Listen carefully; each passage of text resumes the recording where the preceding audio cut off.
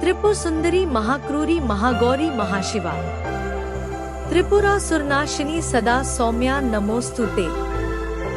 श्लोक का अर्थ।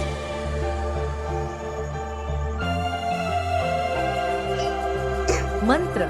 त्रिपुर सुंदरी, महाक्रूरी जो अत्यंत काकतालीन है, महागौरी जो अत्यधिक गौरवमयी और शक्ति से युक्त है, महाशिवा जो भगवान शिव के साथ समर्पित है, त्रिपुरासुरनाशिनी जो त्रिपुरासुर को नष्ट करने वाली है, सदा सौम्या हमेशा शांत और सौम्य होने वाली है, उन देवी को प्रणाम है। नमस्कार दोस्तों, स्वागत है आपका हमारे चैनल में, जहां हम आपको भारतीय संस्कृति, धर्म और आध्यात्मिकता से जुड़ी रोचक जानकारी प्रदान करते हैं। आज हम बात करेंगे भारत के सबसे प्रमुख और दिव्य शक्तिपीठों में से एक त्रिपुर सुंदरी शक्तिपीठ के बारे में। यह शक्तिपीठ भारत के पश्चिम बंगाल राज्य में स्थित है और देवी त्रिपुर सुंदरी के पवित्र स्थल के रूप में जाना जाता है। त्रिपुर सुंदरी देवी, जिन्हें कामाक्षी, गायत्री और शक्ति स्वरूपा के रूप में पूजा जाता है, हिंदू धर्म के सर्वोत्तम देवी रूपों में से एक मानी जाती है। देवी त्रिपुर सुंदरी का संबंध शक्ति, सौंदर्य और आध्यात्मिक सिद्धियों से है।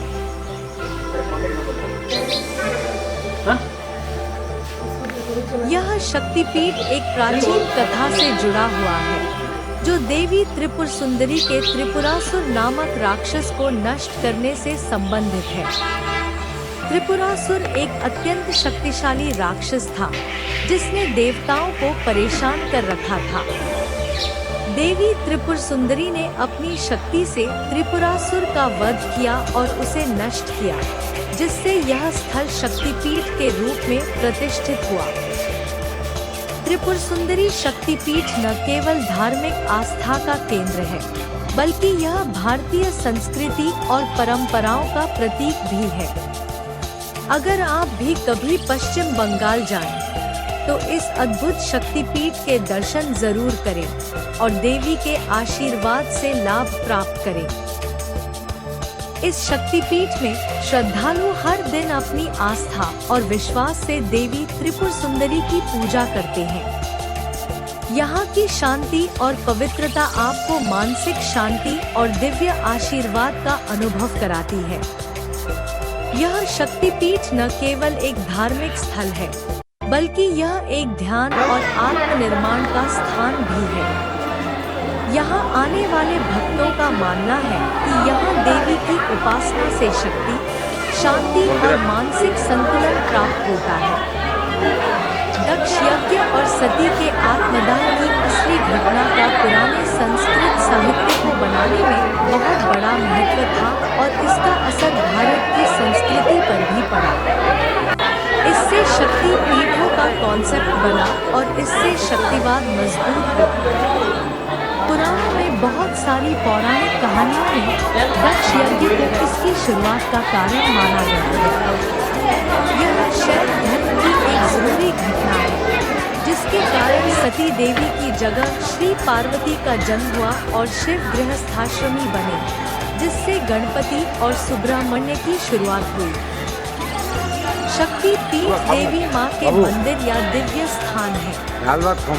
ये ऐसी जगहें हैं जिनके बारे में माना जाता है कि जब भगवान शिव सती देवी की लाश को लेकर पूरे आर्यावर्त में दुखी होकर घूम रहे थे, तो उनके शरीर के कुछ हिस्से गिरने से शक्ति की मौजूदगी हुई।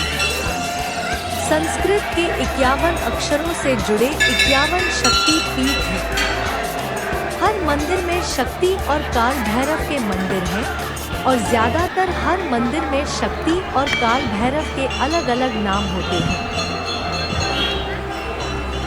त्रिपुरा सुंदरी 10 महाविद्याओं, 10 देवियों में से एक है। इन्हें महात्रिपुर सुंदरी, षोडशी, ललिता, लीलावती, लीलाम्पी, ललितांबिका, लीलेशी, लीलेश्वरी, ललिता गौरी, पद्माक्षी, रेणुका तथा राजराजेश्वरी भी कहते हैं।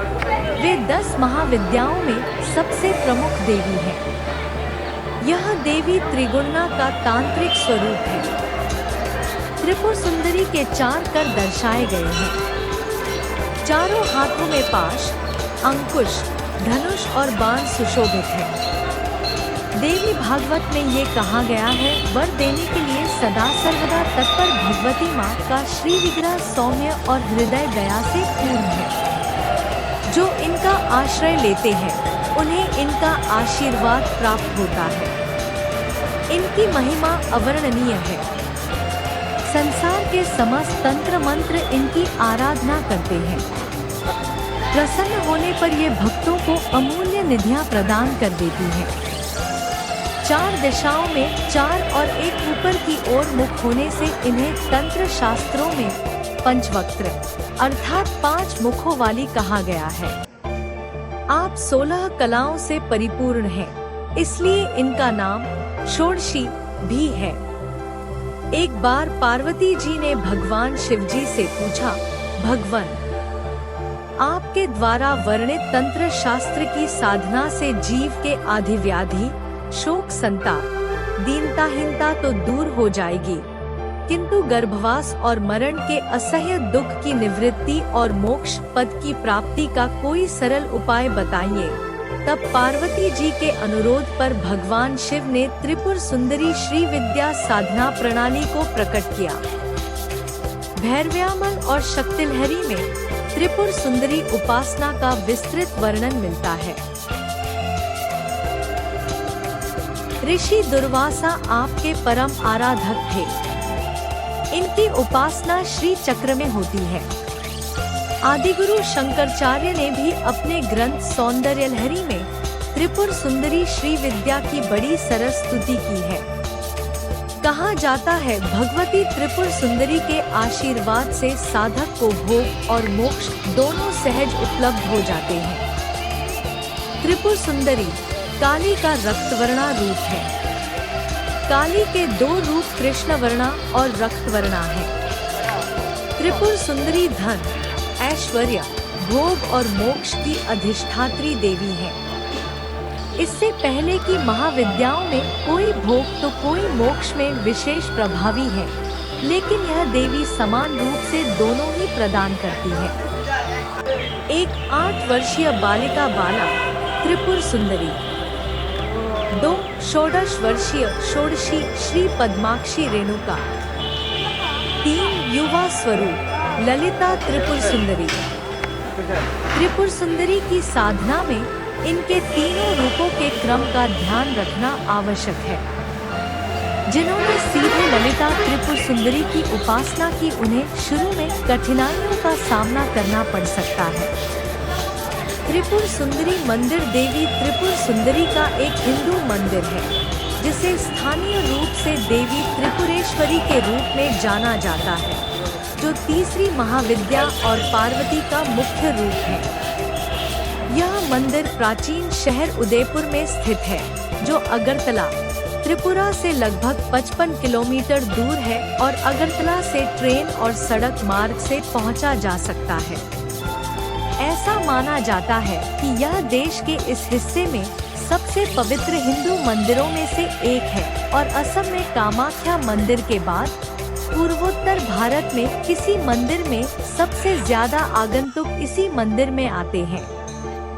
इस मंदिर के नाम पर त्रिपुरा राज्य का नाम रखा गया है। माताबारी के नाम से लोकप्रिय यह मंदिर एक छोटी पहाड़ी पर स्थापित है, जो कछुए कूर्म के कुबड़ जैसा दिखता है। कूर्म पृष्ठाकृति नामक इस आकृति को एक शक्ति मंदिर के लिए सबसे पवित्र संभावित स्थल माना जाता है। कहा जाता है कि सती के दाहिने पैर का एक हिस्सा दक्षिण चरण, जिसमें बड़ा पैर का अंगूठा भी शामिल है, यहाँ गिरा था। यहाँ शक्ति की पूजा त्रिपुर सुंदरी के रूप में की जाती है और उनके साथ भैरव त्रिपुरेश हैं। मुख्य मंदिर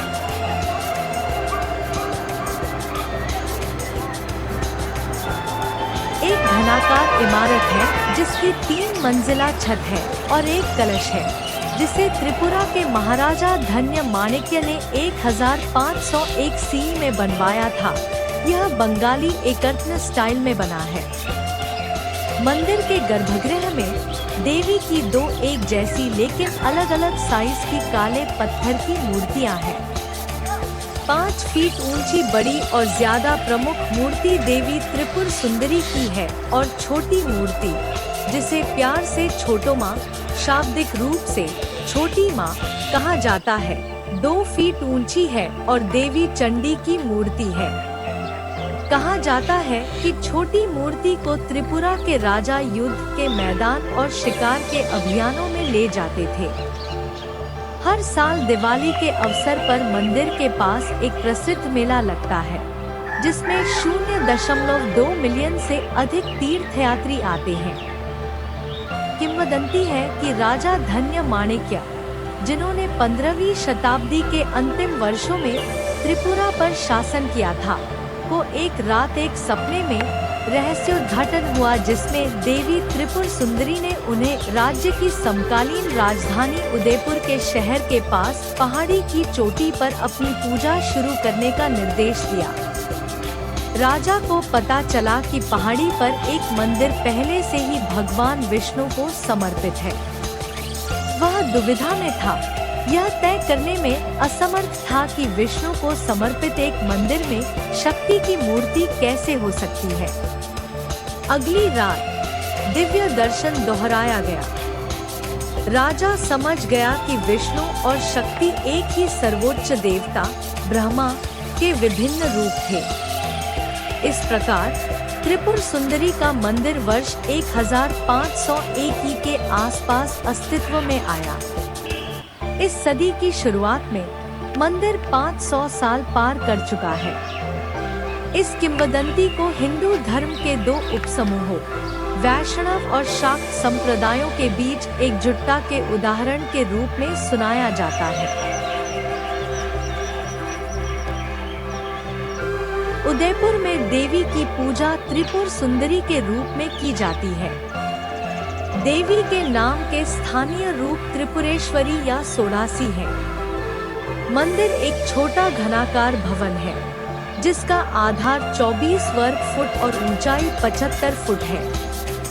यह मंदिर एक छोटी पहाड़ी पर स्थित है, जो आकार में कछुए के कुबड़ जैसा दिखता है, जिससे इसका नाम पूर्ण पीठ पड़ा है। अन्य विशिष्ट हिंदू मंदिरों की तरह मंदिर तक जाने वाली सड़क के किनारे स्टॉल फूल और प्रसाद की टोकरियां बेचते हैं, जिन्हें आगंतुक खरीद सकते हैं और देवी को प्रसाद के रूप में चढ़ा सकते हैं। यहाँ चढ़ाया जाने वाला आम प्रसाद पेड़ा है। लाल गुड़हल का फूल भी देवी को चढ़ावे के रूप में बेशकीमती है। मंदिर में पशु बलि एक लोकप्रिय रिवाज है। अक्टूबर 2019 में उन पर प्रतिबंध लगा दिया गया था, लेकिन 57 दिनों के प्रतिबंध के बाद दिसंबर 2019 से इसे फिर से शुरू कर दिया गया। कल्याण सागर मंदिर के पूर्वी हिस्से में है। 6.4 एकड़ में फैला, 224 गज लंबा और 160 गज चौड़ा यह पानी का बड़ा हिस्सा मंदिर परिसर की खूबसूरती में 4 चांद लगाता है, जिसके पीछे खूबसूरत पहाड़ियां हैं।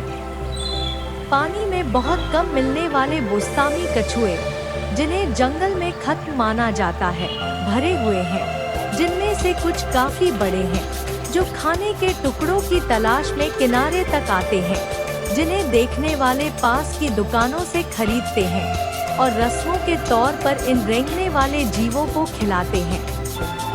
भक्त उन्हें मुरी, मुरमुरा चावल और बिस्कुट खिलाते हैं। इस तालाब में अलग अलग तरह की मछलियां भी पाई जाती हैं, हालांकि यहाँ मछली पकड़ना मना है।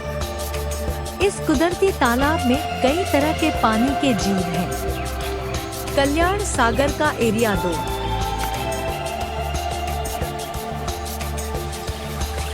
752 एकड़ है। झील को पवित्र माना जाता है और भक्त यहाँ मौजूद मछलियों और बोस्तामी कछुओं की पूजा करते हैं।